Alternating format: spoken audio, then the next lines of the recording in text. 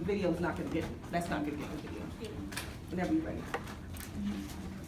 All right, so has anybody here seen the movie Wreck-It Ralph? Okay, well, you're gonna get to run through the plot anyways. So, Wreck-It Ralph is the star of a Disney movie that debuted in 2012. This character was scorned for his role in life, who he was meant to be. It was, hated and feared. Although it's an animation, it's still a moving story. Maya Angelou said, "There's no greater agony than bearing an untold story inside of you." It's because we need to tell stories as people, and so that's what makes this moving. That people can relate to, because it comes from people.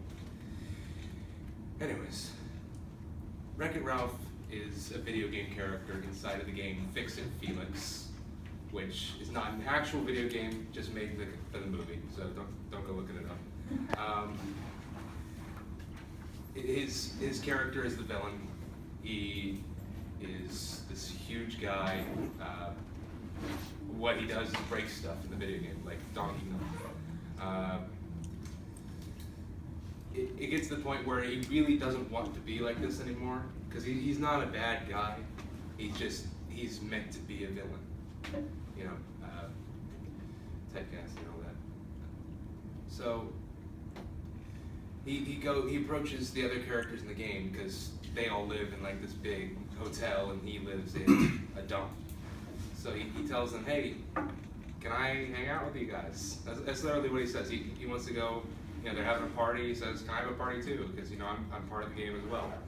And they kick him out. And so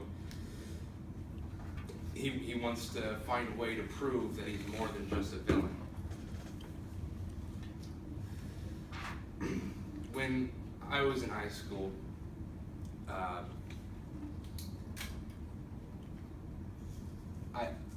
I didn't have a lot of friends, and one of the reasons was because I was a lot bigger than everyone. So Justin, you called it.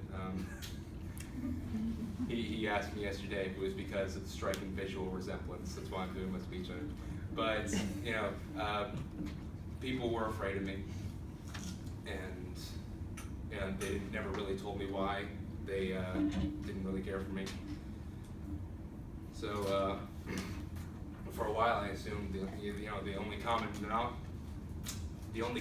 denominator is me. So I must be the problem.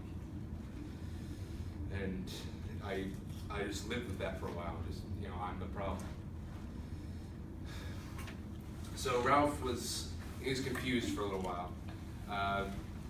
He goes to the hub, which is where all the video games are connected, because in the movie you can travel through the cables to the power strip, because physics, sure. So he asks around trying to figure out what he can do. To prove he can be a hero, he wants to get an award, like a medal you can find in a video game. So he goes through a couple different video games trying to find a medal, and old cartoon, ridiculous circumstances kind of thing.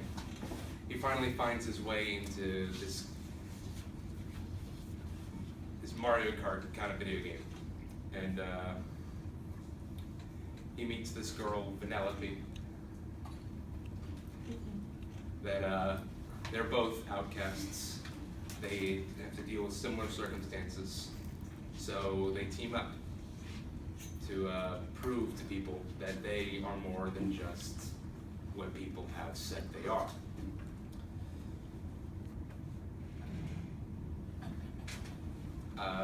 About the time where I realized in high school I was being kind of forced away, I came to this new church, and I promise I'm not going to be preaching or anything, but I met these three guys, Tristan, Gareth, and Evan, and we're all kind of misfits, outcasts, and we really banded together.